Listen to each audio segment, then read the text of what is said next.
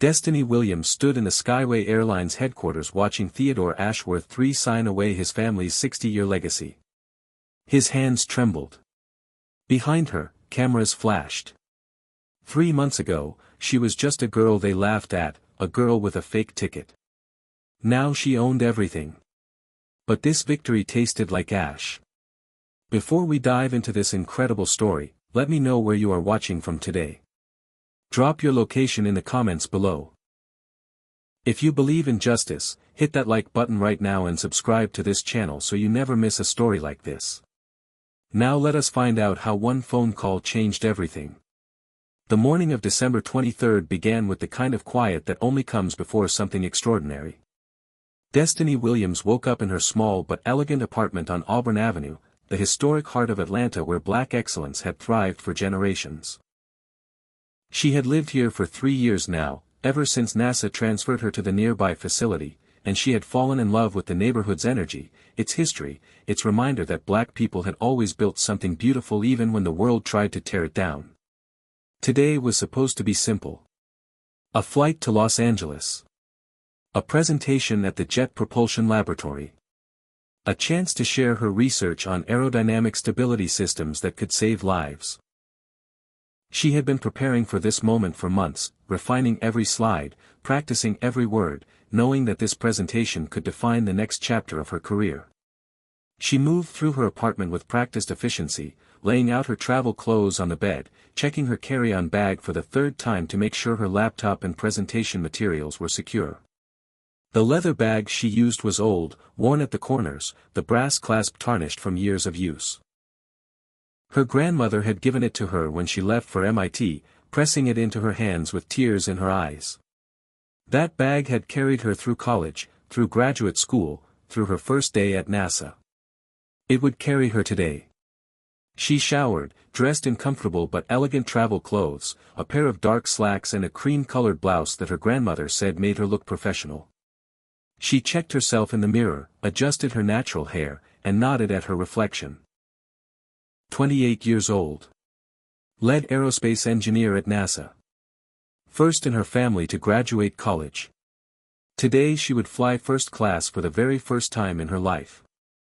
Her phone rang as she was zipping her bag closed. She smiled when she saw the name on the screen. Grandma Rosetta. 82 years old and still calling to check on her every single day. She answered with warmth flooding her chest. Hey Grandma. I was just about to call you. Her grandmother's voice came through the speaker, rich and deep, carrying decades of wisdom and love. Baby girl, you remember what I told you. You walk through this world with your head high. Do not let nobody tell you where you belong. Destiny felt her eyes sting. Her grandmother had marched in Selma in 1963. She had been arrested twice for sitting at lunch counters where Black people were not welcome. She had raised Destiny alone after that terrible night when Destiny's parents never came home from a car accident, when 7-year-old Destiny had to learn that the world could take everything from you in a single moment. I know Grandma. I always remember. You call me when you land, her grandmother said. I want to hear all about that fancy first-class seat. Destiny laughed. I will. I love you. I love you too, baby girl. Now go show them what a Williams woman can do.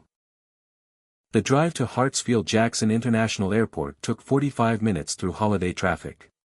December 23rd meant the roads were packed with travelers heading home for Christmas, and Destiny found herself grateful she had left early. She parked in the long-term lot, pulled her carry-on behind her, and walked into the terminal. The airport buzzed with energy, families reuniting at arrivals, business travelers rushing to gates, children pointing at the massive Christmas tree in the center of the atrium. Destiny felt a flutter of excitement in her stomach. She had flown many times before, always in economy, always crammed into middle seats because she booked late or because cheaper tickets were all she could afford when she was a struggling graduate student. But today was different.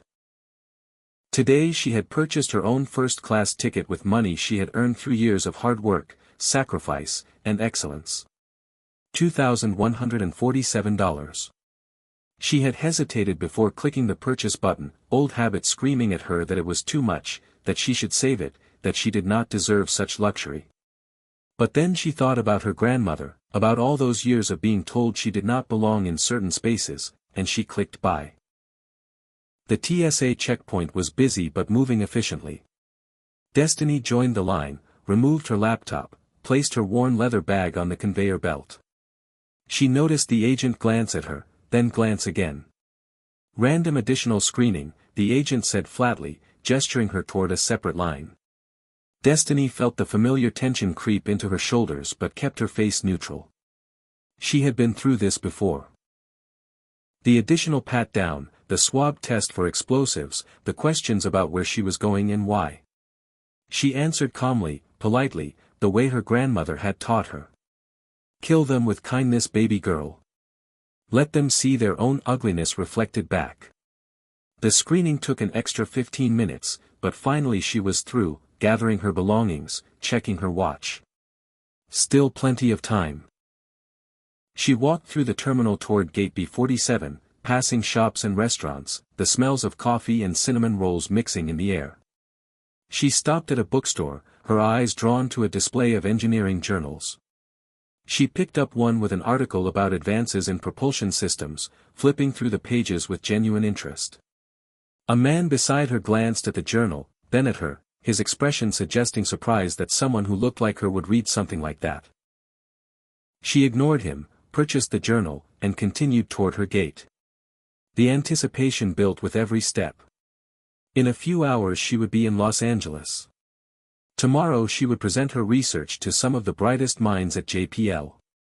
And in 2 days she would be back home with her grandmother for Christmas dinner, sitting at that old kitchen table, listening to stories about the movement, about courage, about what it meant to be black in America. She reached Gate B47, saw the first-class boarding line forming, and took her place. Her ticket was in her hand. Her future was bright. She had no idea that the next 30 minutes would change her life forever. The first-class boarding line at Gate B47 moved with practiced efficiency. Destiny watched as passengers ahead of her handed over their boarding passes and stepped through the jet bridge, each transaction taking mere seconds. A woman in designer clothes and diamonds. A man in a tailored suit speaking urgently into his phone. An elderly couple holding hands. All of them white. All of them waved through without a second glance. Destiny stepped forward when it was her turn, her ticket and identification ready in her hand, a professional smile on her face. The gate agent behind the podium was a white man in his early 50s, his name tag reading Harold Pemberton. He had the look of someone who had been doing this job for decades, his movements automatic, his expression bored. Until he looked up and saw Destiny. The boredom vanished, replaced by something else. Something that made her stomach tighten. Harold's eyes traveled from Destiny's face to her ticket, then back to her face. He did not reach for her boarding pass. Instead, he cleared his throat and spoke in a voice loud enough for others to hear. "Ma'am, I think you might be in the wrong line. Economy boarding is over there." He pointed toward a separate queue on the other side of the gate area. Destiny felt heat rise in her chest but kept her voice steady. "No, sir. I have a first-class ticket. Seat 2A. She held out her boarding pass, the paper crisp, the seat assignment clearly printed. Harold took it slowly, as if it might be contaminated, and scanned it with his handheld device. The machine beeped green. Valid. Confirmed. But Harold did not hand it back. Instead, he squinted at the screen, then at the ticket, then at Destiny. His frown deepened. "This ticket," he said slowly, "where exactly did you get this?" Destiny blinked at the question. She had never been asked such a thing. "I purchased it. On your airline's website. 3 weeks ago." Harold's eyes narrowed. He held the ticket up to the light as if checking for watermarks on currency. Then he turned and waved to a woman standing nearby, another airline employee in a blue uniform. Her name tag read Brenda Lawson, duty manager. She walked over with the confident stride of someone accustomed to handling problems. Harold leaned close to Brenda and spoke in a whisper that was not quite quiet enough. Something's not right with this ticket. Look at her. Destiny heard every word. She watched Brenda's eyes sweep over her, assessing her clothes, her bag, her natural hair, her skin. The woman's lips pressed into a thin line. "Let me see your ID again," Brenda said, her tone clipped and cold. Destiny handed over her driver's license. Brenda examined it with theatrical intensity, comparing the photo to Destiny's face multiple times, tilting the card to check the hologram, scrutinizing the birthdate as if expecting to catch a forgery. Behind Destiny, the line was growing. Other first-class passengers shifted impatiently, checking watches, sighing audibly. A man in an expensive overcoat called out, "Is there a problem?" "We are going to miss boarding." Harold waved reassuringly at the man. "Just a moment, sir. Standard security verification." Destiny felt the word verification like a slap. There had been no verification for the woman with diamonds. No verification for the man in the suit. Just for her. The scrutiny continued. Harold called someone on his radio, speaking in codes Destiny did not understand. Brenda stepped away to make a phone call, glancing back at Destiny with undisguised suspicion. Minutes passed. The first-class line dwindled as other passengers were waved around Destiny, each one glancing at her with expressions ranging from curiosity to pity to contempt. She stood there, isolated, her ticket still in Harold's hand, her dignity slowly being stripped away 1 second at a time. She thought about her grandmother's words. "Walk with your head high." She lifted her chin. She kept her face neutral. She refused to give them the satisfaction of seeing her break. Finally Brenda returned, and Harold turned to face Destiny with an expression of practiced concern. "Ma'am," he said, his voice carrying across the gate area, "we have concerns about the authenticity of your ticket." The word authenticity hung in the air like an accusation. Destiny felt every eye at the gate turn toward her. She reached into her bag and pulled out her phone. "Sir, I can show you my purchase confirmation email. I can show you my credit card statement. I can show you the receipt from when I bought this ticket 3 weeks ago." She began scrolling through her emails, finding the confirmation, turning the screen toward them. Brenda barely glanced at it. "That will not be necessary," she said in a tone dripping with condescension. "We need to verify this with our security team." Destiny's heart pounded but her voice remained calm. "I have done nothing wrong. I have a valid ticket. I have valid identification. You scanned my boarding pass and it came up green. What more do you need?" Harold and Brenda exchanged a look. Then Harold leaned close to Brenda, thinking Destiny could not hear, and muttered, "These people always trying to scam their way into first class." Destiny heard it. Every syllable. She felt something harden inside her, something cold and sharp, something that her grandmother had carried through Selma, something that generations of black women had carried through a country that told them they did not belong. She said nothing. But she remembered. A security guard arrived within minutes, a young white man who looked barely out of college, his expression uncomfortable as he surveyed the scene. Harold immediately took charge, explaining the situation with dramatic gestures. "We have a potential ticket fraud situation here. This passenger claims to have a first-class ticket but we have concerns about its authenticity." The security guard looked at Destiny, at her professional clothes, at her calm demeanor, and seemed uncertain. He asked to see her documentation. Destiny complied without protest, presenting her driver's license, her NASA employee badge, her phone with the purchase confirmation email, her credit card that matched the name on the ticket. She laid it all out on the counter like evidence in a trial where she was somehow both defendant and witness. The security guard examined each item carefully. The NASA badge caught his attention. "You work at NASA?" Destiny nodded. "I am a lead aerospace engineer. I am flying to Los Angeles to present research at the Jet Propulsion Laboratory." Harold snorted. "Anyone can make a fake badge. They sell these online. You can buy anything on the internet these days." A crowd had gathered now. Passengers waiting for the flight, travelers passing by on their way to other gates, airline employees watching from a distance. Some had their phones out, recording. Destiny could see herself through their eyes, a young black woman surrounded by authority figures, being questioned and doubted and accused. She had seen this image before, on the news, on social media, in the stories her grandmother told about the old days that were not so different from the new days. She took a breath. "Can I speak to a supervisor?" she asked, her voice steady despite the trembling in her hands. "Someone above you." Brenda's eyes flashed with offense. "I am the duty manager. There is no one above me at this gate. And we are following proper security protocols. If you have nothing to hide, you should have no problem cooperating." The implication was clear. She had something to hide. She was a problem. She needed to cooperate or else. Brenda pulled out her phone and dialed the airline's verification hotline, making a show of putting it on speaker so everyone could hear. She read off Destiny's ticket confirmation number, her name, her flight details. The automated system responded within seconds. "Ticket confirmed. Purchase December 1st. Payment verified. Seat 2A, first class. Everything valid.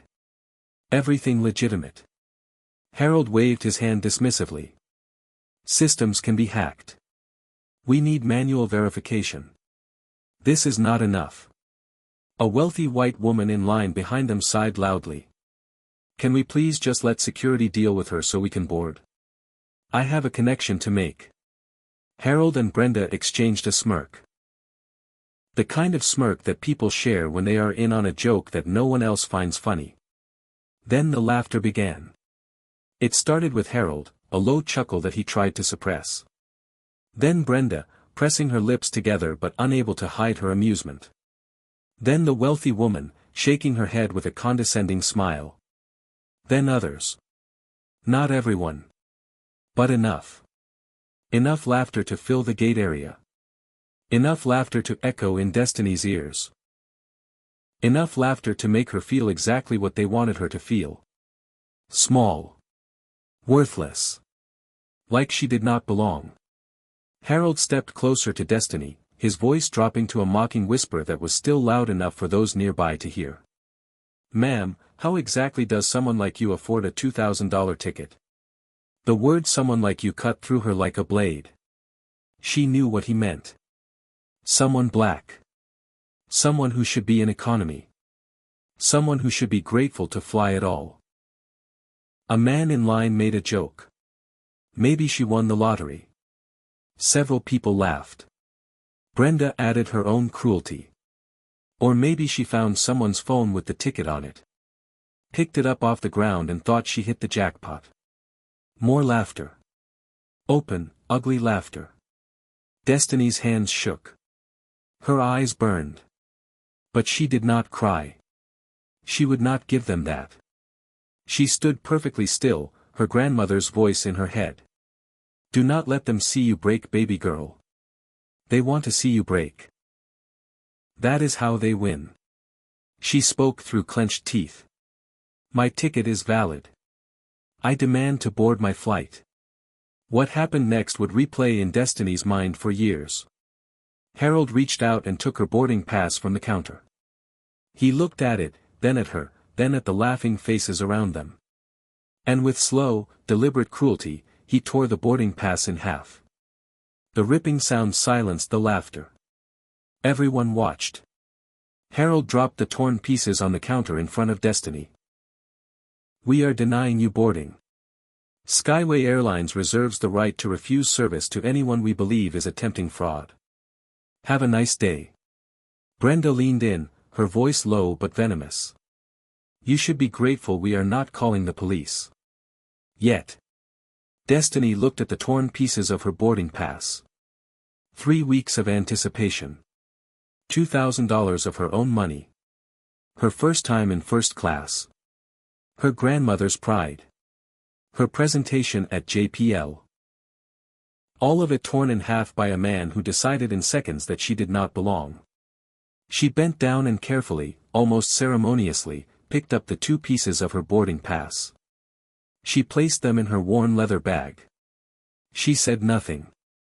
Harold had already turned away, waving to the next passenger. "First class, sir. Right this way. So sorry for the delay." The next passenger was a white man in jeans and a wrinkled shirt. He handed over his boarding pass without a word. Harold scanned it, smiled warmly, and gestured toward the jet bridge. "Enjoy your flight, sir." Destiny stepped aside. She reached into her bag and pulled out her phone. The people who were still watching probably assumed she was calling a family member to cry about what had happened. Or maybe a lawyer to complain. Or maybe she was posting about her experience on social media like so many others before her. They were wrong. She dialed a number she had memorized years ago, a number her grandmother had given her when she graduated from MIT, a number she had been told to use only in emergencies. The phone rang twice before a deep voice answered. "Destiny? Is that you?" She kept her voice calm, professional, steady. "Uncle Franklin? It is Destiny." "Yes, sir. I am at the airport. Skyway Airlines just tore up my ticket and accused me of fraud. In front of everyone." "Yes, sir. Gate B47. Harold and Brenda. I have their names." Harold's smirk faded. He turned to look at her. So did Brenda. So did the security guard. So did everyone else. She continued speaking into the phone, her voice clear and carrying. "Yes, sir. I will wait right here. Thank you, Uncle Franklin." She ended the call and slipped the phone back into her bag. Harold approached her, his condescension intact but wavering at the edges. "Calling uncle will not help. We have policies." Destiny looked at him. For the first time, she smiled. A small smile. A knowing smile. "My Uncle Franklin is Senator Franklin Bennett. He chairs the Senate Transportation Committee." The silence at Gate B47 was absolute. The color drained from Harold Pemberton's face like water from a broken vessel. His mouth opened but no words came out. Beside him, Brenda Lawson had gone pale, her earlier confidence evaporating into visible panic. Senator Franklin Bennett was not just any senator. He was one of the most powerful members of Congress, a man whose committee controlled the regulatory fate of every airline operating in the United States, a man who had made his career fighting for civil rights and holding corporations accountable for discrimination. And apparently, he was this young woman's uncle. "Ma'am," Brenda stammered, stepping forward with her hands raised in a placating gesture, "I am sure we can work this out. There might have been some misunderstanding." Destiny did not move. Her voice was ice. "There was no misunderstanding. You called me a fraud. You tore my ticket. You laughed at me. Every word you said to me was in public. This conversation will be in public too." The passengers who had been filming now held their phones with renewed intensity, sensing that something significant was happening. Those who had laughed moments ago were suddenly studying the floor, the ceiling, anywhere but at Destiny. The wealthy woman who had demanded security deal with her had quietly slipped toward the back of the crowd, perhaps hoping distance would erase her participation. Harold attempted damage control, his voice cracking.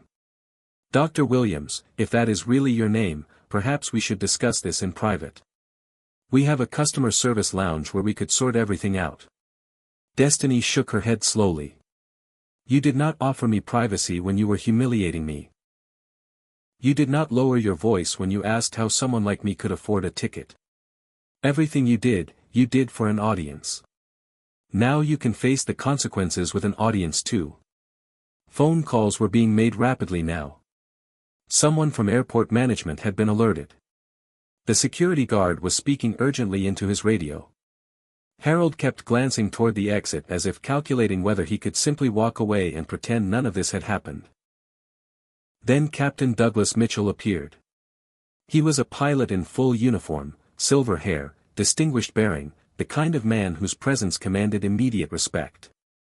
He had been walking toward the gate to board his own flight when he heard the commotion and stopped to investigate. Now he stood at the edge of the crowd, his eyes moving from Destiny to Harold to the torn boarding pass pieces visible in Destiny's bag. Then recognition crossed his face. "Dr. Williams?" He stepped forward, his voice carrying authority and warmth. "I read your paper on aerodynamic stability systems. The work you did on crosswind compensation has already saved lives. It is an honor to meet you." He turned to Harold, his expression hardening. "What exactly is going on here?" Harold could not meet the captain's eyes. "Standard security check," he mumbled. "Nothing unusual." Captain Mitchell looked at the torn boarding pass, at the crowd of witnesses, at the phones recording everything. Then he looked at Brenda. "Ms. Lawson, I have been flying for Skyway for 22 years.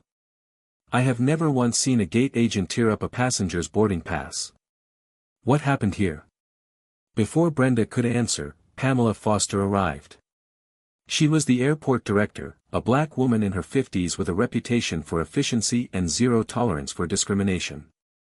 She took in the scene with quick, assessing eyes, and Destiny could see her professionally contained fury building with each second.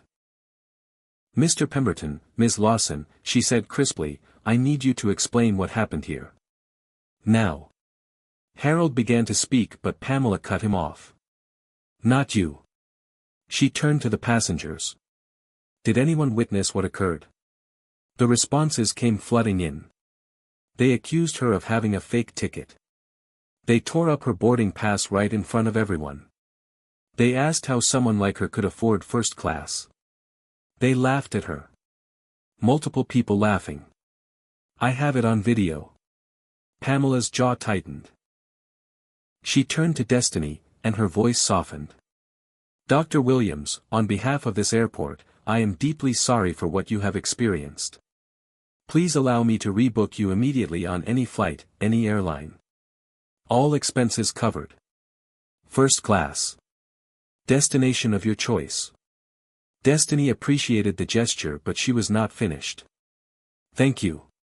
But first, I want their names and employee numbers documented. Officially. I want a record of exactly who did this and exactly what they did." Then the phone call came. An assistant handed Pamela a phone with a whispered explanation. She listened for a moment, then looked at Destiny. "It is Senator Bennett. He wants to speak to everyone involved." She pressed the speaker button. The senator's voice filled the gate area, deep and resonant, carrying decades of authority. "Ms. Foster, this young woman is my goddaughter. Her grandmother and my mother marched together in Selma. She has spent her life proving herself in rooms that did not want her, and today, on the day she was supposed to present groundbreaking research, she was publicly humiliated by Skyway employees based on the color of her skin. I want every piece of footage preserved. Every employee involved identified. Every witness statement recorded. This will not disappear into some internal investigation. Do you understand?" Pamela straightened. "Yes, Senator. You have my word." Harold saw his chance and began edging toward the exit. Senator Bennett's voice sharpened. "Mr. Pemberton, I can hear you moving. If you leave that gate before this situation is properly documented, I will personally ensure that obstruction charges are added to the civil rights complaint." Harold froze mid-step. His face had gone gray. "Now I want to ask you something. Do you think Destiny should pursue legal action against these employees and the airline?" Comment number 1 if you believe she absolutely should. Comment number 2 if you think she should accept an apology and move on. And if you have ever experienced discrimination while traveling, I want to hear your story in the comments below. Share what happened to you. Hit that like button if you believe everyone deserves to be treated with dignity regardless of their skin color. Subscribe to this channel so we can continue telling stories that matter. Because what happened next at Gate B47 changed not just Destiny's life, but the entire airline industry. Did Skyway Airlines really think they could make this disappear? Were Harold and Brenda about to face consequences they never imagined? And what about the other passengers who laughed along? Let us find out. Brenda had begun crying. I have children, she whimpered, mascara running down her cheeks. I did not mean anything by it. We were just following protocols. Destiny looked at her without sympathy. My grandmother has great-grandchildren. When she was my age, people told her she could not drink from certain fountains, could not sit in certain seats, could not eat at certain restaurants. They said they were just following protocols too. She stepped closer to Brenda. I had a grandmother who marched in Selma. She told me to always walk with my head high. Today you tried to take that from me. You tried to make me feel like I did not belong in a space I had every right to occupy. You did it with laughter. You did it with cruelty. And you did it in front of dozens of witnesses who will remember this moment for the rest of their lives. She turned to Harold. You asked how someone like me could afford a first-class ticket. Let me tell you. I earned a full scholarship to MIT because I was the top math student in my entire state. I graduated summa cum laude with dual degrees in aerospace engineering and applied physics. I was recruited by NASA before I even finished my thesis. I have patents in my name that have made flying safer for millions of people, including passengers on Skyway Airlines. I could afford that ticket because I earned every dollar with my mind and my work. What have you earned today, Mr. Pemberton? Harold had no answer. He stood there, diminished, all his authority stripped away, revealed as what he had always been underneath the uniform. Just a man who thought skin color told him everything he needed to know about a person's worth. Destiny was rebooked on a competitor airline within the hour. The gate agent at Delta treated her with warmth and professionalism, apologizing repeatedly for what she had endured even though it was not her airline's fault. First class, window seat, complimentary champagne that Destiny politely declined. She boarded the plane feeling hollow, the adrenaline fading, the weight of the day settling onto her shoulders. Her phone had been vibrating constantly since she left Gate B47, messages from friends, colleagues, strangers who had already seen the videos spreading across social media. She turned it to silent and tried to focus on her presentation for tomorrow. But her mind kept returning to Harold's smirk, Brenda's laughter, the sound of her boarding pass being torn in half. By the time she landed in Los Angeles, the hashtag Skyway Racism was trending nationally. The videos had been viewed millions of times. News outlets were running the story on their evening broadcasts, showing footage of Harold tearing the ticket, of Brenda's mocking comments, of the wealthy passengers laughing along. Civil rights organizations issued statements condemning Skyway Airlines. Social media exploded with personal stories from other black travelers who had experienced similar treatment. The narrative was clear, damning, and spreading faster than any PR team could control. Skyway's stock price began dropping before the markets even closed for the day. Theodore Ashworth III received the news at his estate in Connecticut. The CEO of Skyway Airlines was 67 years old, the third generation of Ashworths to run the company his grandfather had founded. He had inherited more than just a business. He had inherited a mindset, a set of assumptions about who mattered and who did not, about whose complaints deserved attention and whose could be safely ignored.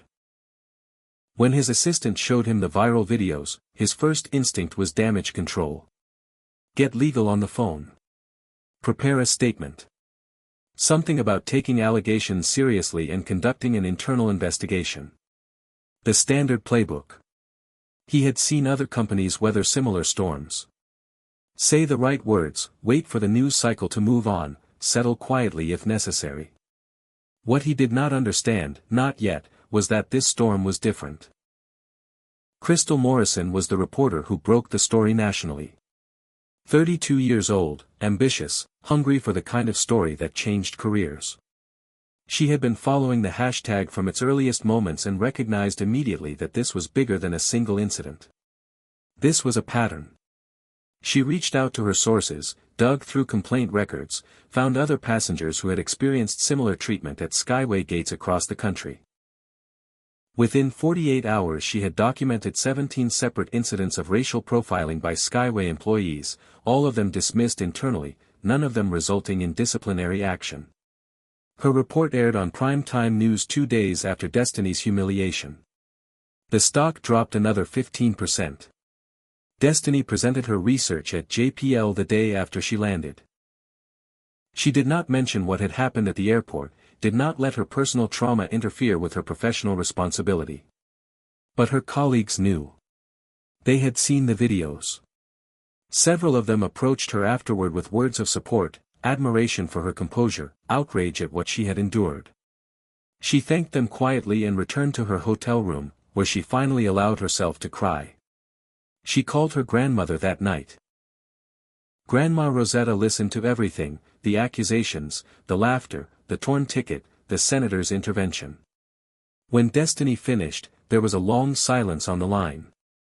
Then her grandmother spoke. "Baby girl, do you remember what I told you about Rosa Parks?" Destiny wiped her eyes. She just wanted to sit down. That is right. She just wanted to sit down after a long day of work. She was not trying to start a movement. But sometimes the movement finds you. Sometimes you become the symbol whether you want it to be or not. The question is what you do when that happens. Jerome Patterson contacted Destiny 3 days after her return to Atlanta. He was a civil rights attorney with a reputation for winning cases that others considered impossible. Harvard Law, 15 years of experience, 3 major verdicts against corporations for discrimination. He had seen the videos, read Crystal Morrison's reporting, and recognized immediately the scope of what Destiny had exposed. They met at a quiet coffee shop near Destiny's apartment. Jerome was direct. "This is not just about what happened to you. It is about what happens to every black person who walks through those airports. Skyway has a pattern of discrimination going back years. You have the platform, the visibility, and the evidence to hold them accountable. Not just for yourself, but for everyone they have ever treated this way." Destiny hesitated. "I just wanted to fly home for Christmas. I did not want to become a symbol."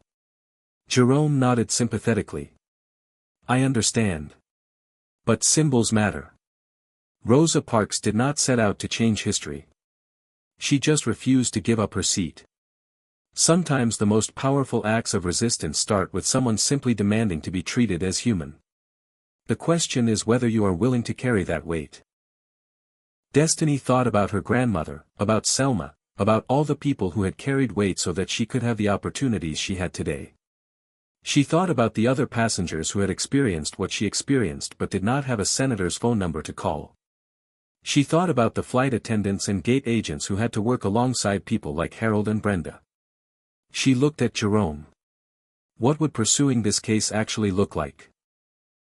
The discovery phase of the lawsuit revealed horrors that even Jerome had not anticipated. Internal emails showed that complaints about Harold Pemberton had been filed 12 separate times over the past decade, each one alleging some form of racial profiling or discrimination. Every single complaint had been dismissed or buried. Memos from regional managers instructed employees to watch certain passengers more closely, using language that barely disguised its racial targeting. Training materials for fraud prevention included examples that reinforced stereotypes about who was likely to commit ticket fraud. The deeper they dug, the clearer it became that this was not about 2 bad employees. This was a corporate culture of discrimination that went all the way to the top. And at the top sat Theodore Ashworth III, who had signed memos dismissing diversity concerns, who had personally approved settlements with confidentiality clauses designed to keep discrimination patterns hidden from the public, who had built his family's legacy on the assumption that people like Destiny Williams would never have the power to hold him accountable. Skyway Airlines hired Matthews and Sterling, one of the most expensive defense firms in the country, to fight Destiny's lawsuit. Their strategy became clear within weeks. They were going to attack her credibility. Private investigators dug into every aspect of her past, looking for anything that could be used to paint her as vindictive, dishonest, or undeserving of sympathy. They found nothing. Her record was impeccable. Her reputation at NASA was beyond reproach. Her colleagues described her as humble, hardworking, and brilliant. But the defense team tried anyway, leaking carefully worded suggestions to sympathetic media outlets, implying that she was exaggerating her trauma for attention, that she was pursuing the lawsuit for money rather than justice, that she was being manipulated by lawyers and activists with their own agendas. Some people believed these narratives. Others pushed back forcefully. The harassment started almost immediately after the lawsuit was filed. Anonymous messages arrived at Destiny's apartment, filled with racial slurs and threats. Her social media accounts were flooded with hate. Someone posted her home address online, forcing her to move temporarily to a hotel for safety. She received emails telling her to go back to Africa, telling her she deserved what happened, telling her that she would regret ever challenging a company with the resources to destroy her. Senator Bennett arranged for security personnel to watch over her and her grandmother. The cost of courage was becoming painfully clear. Even her work suffered. NASA received calls from anonymous sources questioning her judgment, suggesting that her involvement in a high-profile lawsuit demonstrated poor decision-making and emotional instability. Her supervisors assured her that her position was secure, but she noticed the subtle changes in how some colleagues treated her, the awkward silences when she entered rooms, the sense that she had become controversial simply by demanding justice. She kept working. She kept her head high. She remembered her grandmother's voice. They threw rocks at us in 1963. We kept walking. You keep walking. The depositions were brutal and revealing.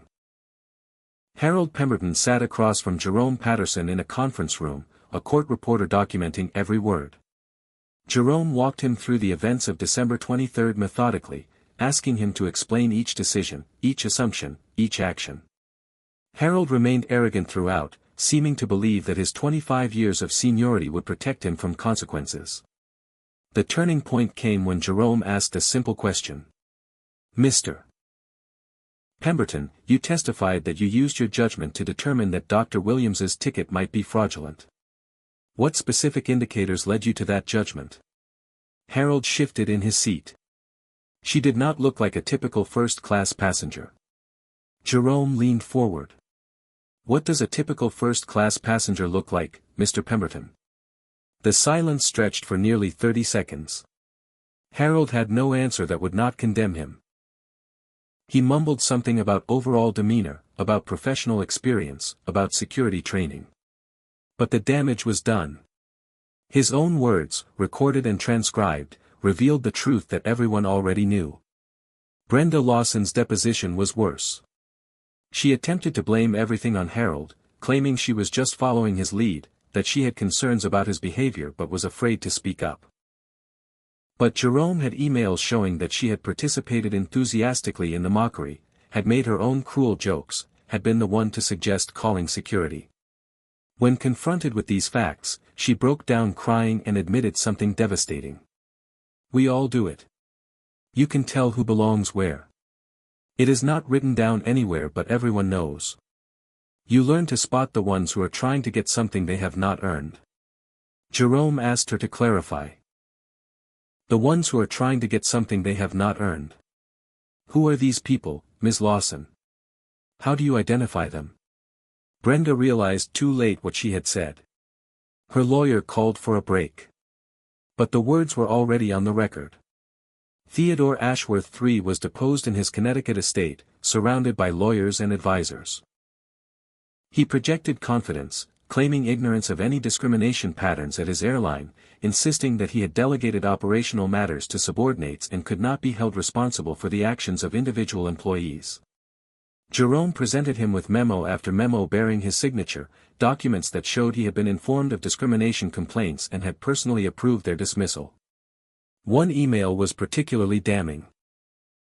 Ashworth had written to his head of legal affairs, "Handle this quietly.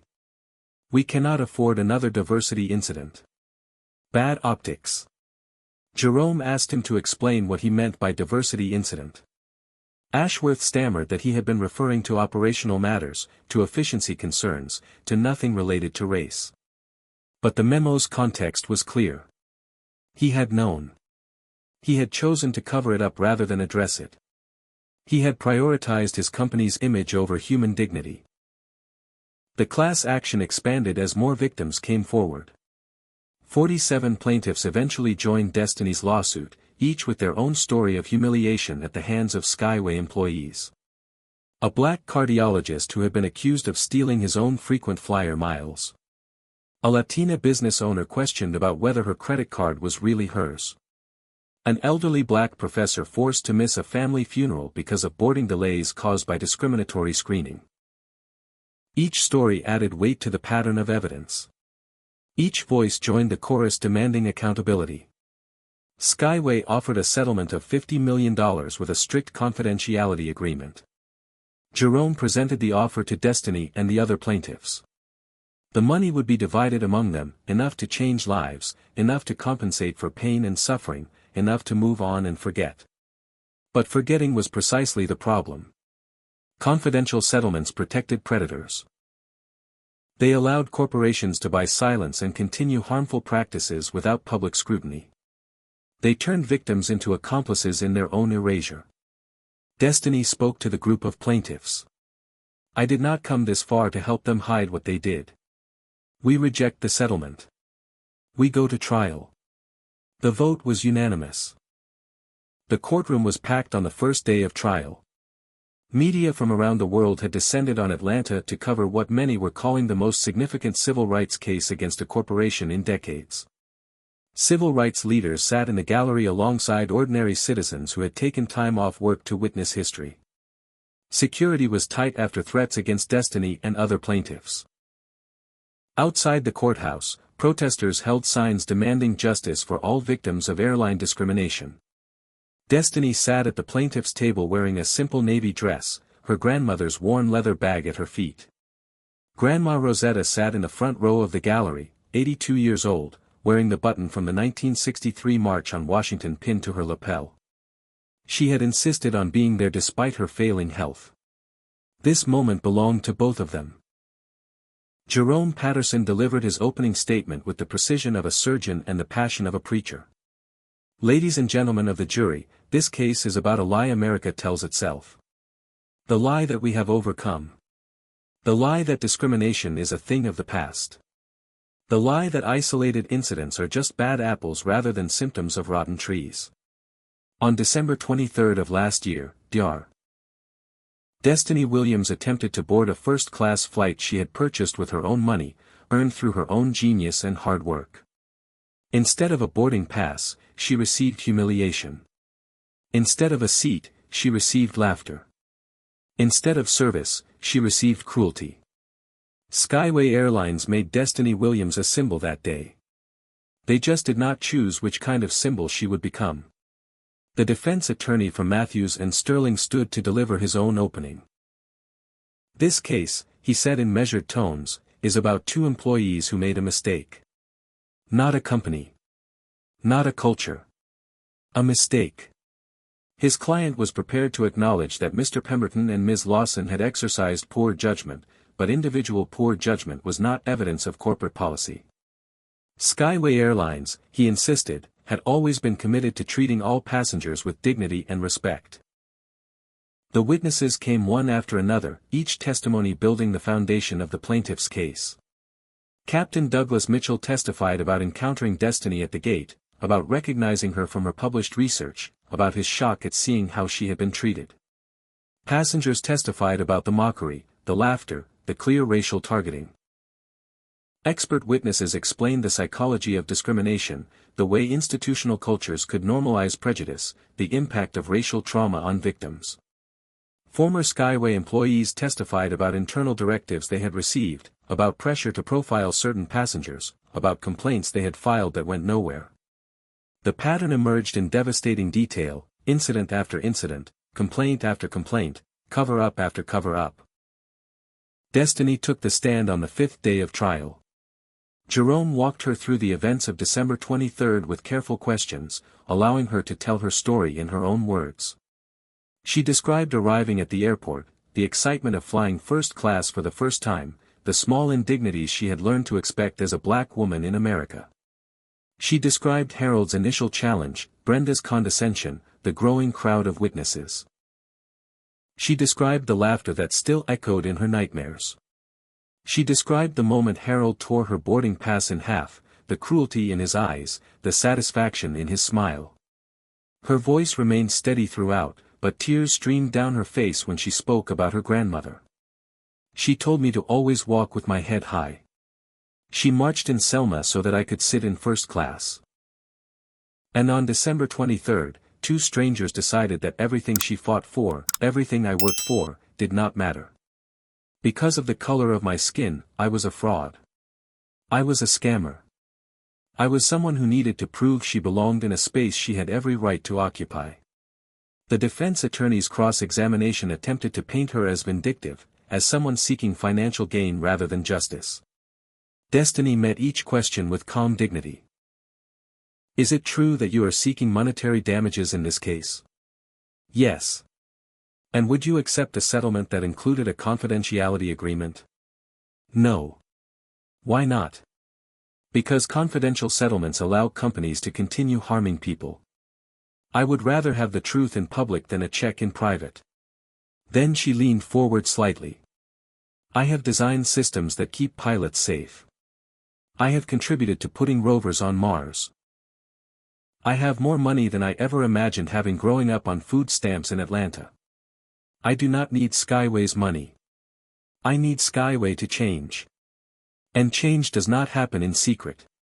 Theodore Ashworth III took the stand near the end of the trial. His lawyers had prepared him extensively, coaching him on how to appear sympathetic and remorseful without admitting liability. But Jerome Patterson had spent a career cross-examining executives who thought they were smarter than everyone else. He dismantled Ashworth methodically, confronting him with every memo, every email, every piece of evidence that proved he had known about discrimination at his airline and chosen to ignore it. The climactic moment came when Jerome presented an email from 18 months before Destiny's incident. Ashworth had written to his head of operations, another profiling complaint. Make it go away. I do not want to hear about this again. Jerome asked Ashworth to read the email aloud for the jury. Ashworth complied, his voice barely audible. Then Jerome asked what Ashworth had meant by make it go away. Ashworth claimed he had been referring to resolving the complaint through proper channels. But the email's meaning was clear to everyone in the courtroom. He had wanted the problem to disappear. He had gotten his wish, again and again, until Destiny Williams refused to disappear. Closing arguments lasted most of a day. The defense attorney emphasized reasonable doubt, individual responsibility, the unfairness of holding a corporation accountable for the actions of rogue employees. Jerome Patterson stood before the jury and delivered the summation of his career. Racism does not need a white hood. It wears a blue blazer and tears up tickets. It smiles and calls security. It laughs while a brilliant woman stands humiliated. The question before you is not whether Harold Pemberton and Brenda Lawson are racist. Their own words answer that question. The question is whether Skyway Airlines created the conditions where their racism could flourish. Whether Theodore Ashworth III chose profits over people, image over integrity, silence over justice. The evidence says yes. Dr. Williams did not ask to be here. She asked to fly to Los Angeles. Skyway Airlines made her a symbol. Now it is your turn to decide what that symbol means. The jury retired to deliberate. The wait began. The jury returned after just 4 hours. In a case this complex, such a quick deliberation could mean anything, but Jerome Patterson felt cautiously optimistic. Quick verdicts in civil rights cases often favored plaintiffs whose evidence was overwhelming. The courtroom fell silent as the jury forewoman stood to deliver the verdict. On the claim of racial discrimination under Title VI of the Civil Rights Act, how do you find? We find in favor of the plaintiffs. On the claim of intentional infliction of emotional distress, how do you find? We find in favor of the plaintiffs. On the claim of negligent supervision and training, how do you find? We find in favor of the plaintiffs. Destiny felt her grandmother's hand squeeze her shoulder from behind. The forewoman continued reading damages. For compensatory damages, we award the plaintiff $750 million. For punitive damages, we award an additional $500 million. Total judgment against Skyway Airlines, $1.25 billion. The courtroom erupted. Cameras flashed. Reporters rushed to file their stories. Civil rights leaders embraced each other. Destiny sat perfectly still, trying to comprehend the magnitude of what had just happened. $1.25 billion. The largest discrimination verdict against a corporation in American history. Jerome Patterson shook her hand formally, but she could see the emotion in his eyes. You did this. You and everyone who stood with you. You changed everything. She looked at her grandmother, whose face was wet with tears. Rosetta Williams had marched for this moment. She had been beaten for this moment. She had raised a granddaughter who would see justice that she herself had been denied decades ago. Baby girl, Rosetta whispered, her voice trembling. We won. We finally won. The corporate fallout was immediate and catastrophic. Skyway Airline stock collapsed 60% within hours of the verdict, wiping out billions of dollars in shareholder value. The board of directors convened an emergency meeting that same evening and demanded Theodore Ashworth III's resignation. He refused at first, insisting that the verdict would be overturned on appeal, that this was a temporary setback. By midnight, the board had voted unanimously to terminate him. Harold Pemberton and Brenda Lawson were fired the same day, their names added to industry blacklists that would ensure they never worked in aviation again. Both faced personal civil suits from individual plaintiffs seeking additional damages. Both would eventually declare bankruptcy. Neither would ever express genuine remorse for what they had done. The public reaction was overwhelming. Black communities across the country celebrated the verdict as a landmark victory. Civil rights organizations praised the jury for holding a powerful corporation accountable. Politicians on both sides of the aisle issued statements about the importance of equal treatment and corporate responsibility. But critics emerged as well, arguing that the verdict was excessive, that it would hurt the aviation industry, that it would encourage frivolous lawsuits from anyone who felt mistreated. Conservative commentators suggested that Destiny had exploited a minor incident for financial gain, that the real victims were the shareholders and employees who would suffer from Skyway's financial troubles. Destiny did not respond to any of these criticisms. She had learned that some people would never see her humanity no matter how much evidence was presented. The weeks after the verdict brought a different kind of reckoning.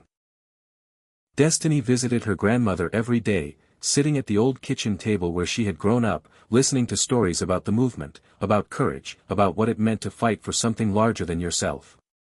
Rosetta Williams was growing weaker.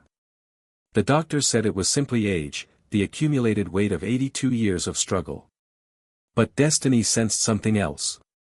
Her grandmother had held on long enough to see justice. Now she was allowing herself to rest. I destroyed a company, Destiny confided one evening, guilt heavy in her voice. People lost their jobs. Families are suffering because of decisions I made. Rosetta took her granddaughter's hands in her own. You did not destroy anything. You showed what was already broken. Those people who lost their jobs, they can find new work. The dignity that was taken from you, from all those plaintiffs, that cannot be replaced by a paycheck. You gave people their dignity back. That is worth more than any stock price. Jerome Patterson visited her a week later with an unexpected proposition.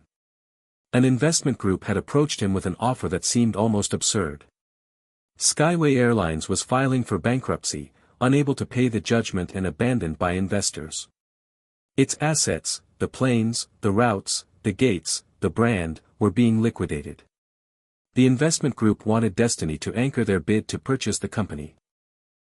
Her settlement money, combined with their capital, would be enough to acquire Skyway Airlines and rebuild it under new leadership. The irony was not lost on anyone. The woman they had denied could own the company that denied her. Destiny laughed when she heard the proposal. I am an engineer, not a businesswoman. I design propulsion systems, not business plans. Jerome nodded. You are also a symbol. Symbols can change things. Imagine what it would mean for a black woman who was humiliated by an airline to become the owner of that airline. Imagine the message that would send. Senator Bennett added his voice to the chorus. This is not just about business, Destiny. This is about transformation. You have the chance to take something that was built on exclusion and rebuild it on inclusion. That opportunity does not come often. Destiny spent weeks wrestling with the decision. She consulted with business advisors, with civil rights leaders, with her colleagues at NASA. She prayed in churches her grandmother had attended for 6 decades. She visited the grave where her parents were buried, talking to them about choices they would never see her make. And finally, she sat with Grandma Rosetta one last time. The old woman's health had deteriorated rapidly in the weeks since the verdict, as if her body knew its work was done. She lay in bed in the small house where she had raised Destiny, surrounded by photographs of marches and movements and moments of courage. "Child," Rosetta said, her voice barely above a whisper, "they gave you the keys to the house that locked us out. What you do with those keys is up to you." Destiny held her grandmother's hand. "I am scared, Grandma. I do not know if I can do this." Rosetta smiled. "I was scared when I marched in Selma. I was scared every time I sat at a lunch counter waiting for someone to pour coffee on me or worse. Courage is not the absence of fear. Courage is deciding that something matters more than fear. Does this matter to you?" Destiny thought about Harold's smirk, about Brenda's laughter, about all the black travelers who had endured similar humiliations with no senator to call, no cameras to record, no lawyer to fight for them. She thought about what it would mean for the next Destiny Williams, the next little black girl who dreamed of flying first class someday. "Yes," she said. "It matters. Then you know what to do." The acquisition closed on a Tuesday afternoon in March, exactly 3 months after Destiny had stood at Gate B-47 with a torn boarding pass in her hand. The ceremony took place at Skyway Airlines headquarters, a gleaming tower that would soon bear a different name. Media from around the world had gathered to witness what many were calling the most remarkable corporate takeover in American history. Theodore Ashworth III was required to attend as part of the bankruptcy settlement, to sign the documents transferring his family's 60-year legacy to the woman his company had tried to humiliate. He arrived in a dark suit, his face gray, his hands trembling as he took his seat at the conference table. Destiny sat across from him, wearing the same navy dress she had worn to trial, her grandmother's worn leather bag at her feet. Rosetta had passed away peacefully 2 weeks earlier, just long enough to know that her granddaughter would carry the movement forward. The signing took less than an hour.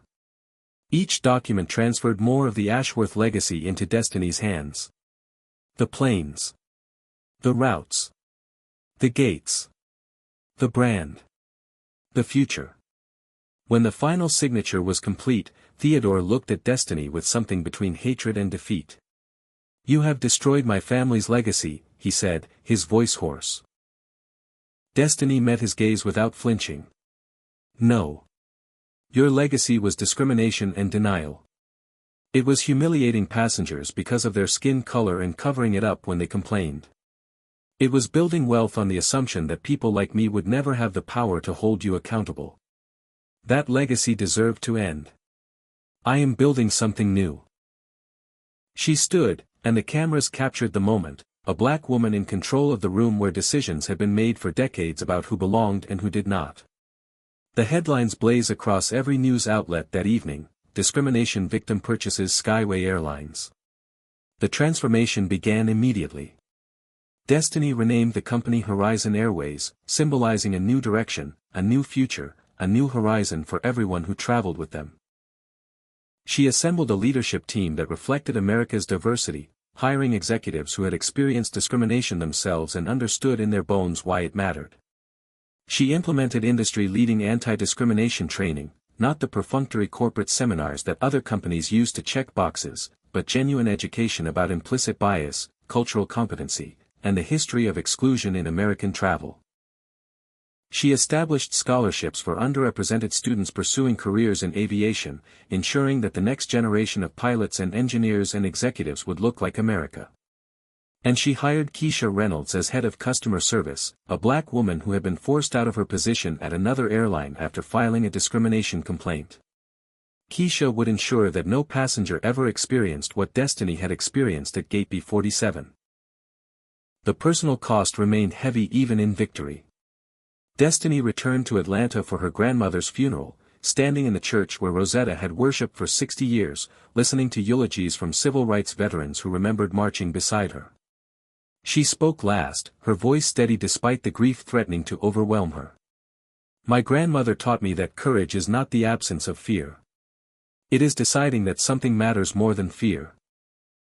She decided that justice mattered more. That dignity mattered more. That the next generation mattered more. I am standing here today because she walked so I could run. I am building something new because she fought so I could build. She looked at the coffin, at the woman who had shaped everything she had become. Rest now, Grandma. I will take it from here. She found the letter that evening, tucked into the worn leather bag Rosetta had given her so many years ago. Her grandmother's handwriting, shaky but determined, filled a single page. Baby girl, if you are reading this, I have gone home to be with the Lord. Do not cry for me too long. I live to see things I never thought I would see. I live to see you become the woman I always knew you could be. You were never fighting for a seat on a plane. You were fighting for a seat at the table. Now that you have it, remember who could not get there. Remember the ones who marched but did not live to see victory. Remember the ones who are still fighting, still being told they do not belong. Bring them with you. Make room at that table. Fill it with voices that have been silenced for too long. That is your legacy now. That is what all of this was for. I love you always. Grandma. Destiny read the letter 3 times, tears streaming down her face. Then she carefully folded it and placed it back in the bag, next to the 2 pieces of her torn boarding pass that she had kept as a reminder of where this journey began. 1 year later, Destiny stood at gate B47, the same gate where her life had changed forever. Horizon Airways had completed its inaugural flight route, and she had chosen to be among the first passengers. The terminal looked different now, brighter somehow, filled with travelers of every background moving through with dignity and purpose. The gate agent was a young black man named Marcus, wearing his new uniform with visible pride. He scanned her boarding pass with a smile. Welcome aboard, Dr. Williams. Seat 2A, enjoy your flight. Destiny thanked him and walked toward the jet bridge. She paused for a moment, looking back at the gate area. Memories flashed through her mind. Harold's smirk. Brenda's laughter. The torn ticket. The silence that followed her phone call. But those memories were fading now, replaced by something else. The diverse passengers waiting to board. The respectful service. The dignity that everyone deserved and everyone received. She walked down the jet bridge and boarded the plane. First class. Seat 2A. The same seat she had been denied 1 year ago. She settled into the leather seat and looked out the window at the runway stretching toward the horizon. A flight attendant offered her champagne, which she accepted this time. The captain's voice came over the intercom, welcoming passengers aboard Horizon Airways. Destiny smiled.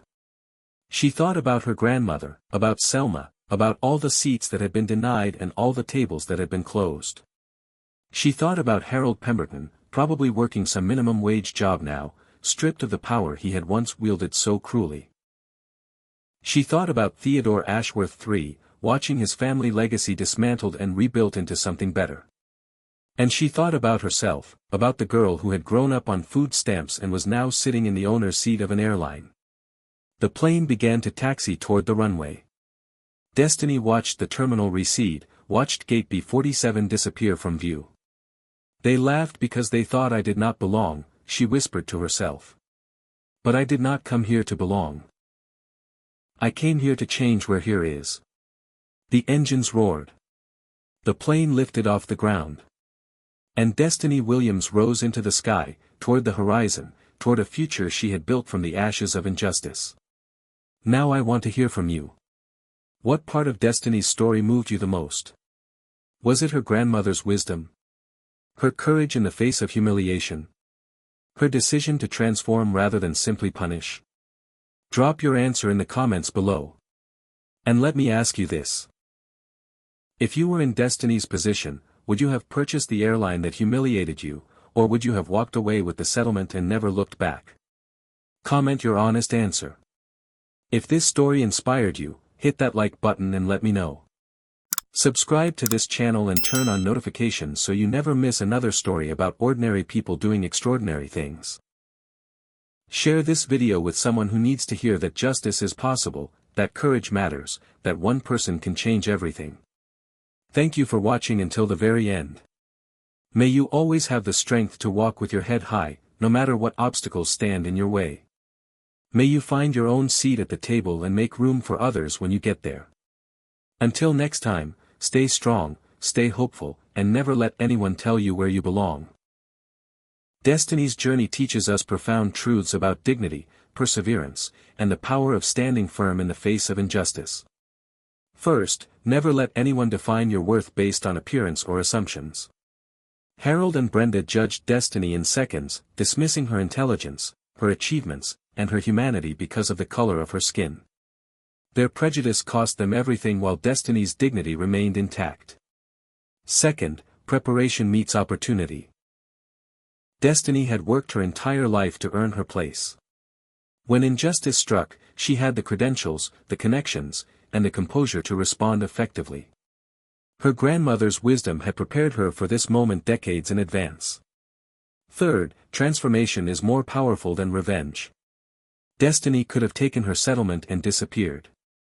Instead, she chose to rebuild what was broken, creating something better for everyone who would come after her. True victory is not destroying your enemies but making their hatred irrelevant.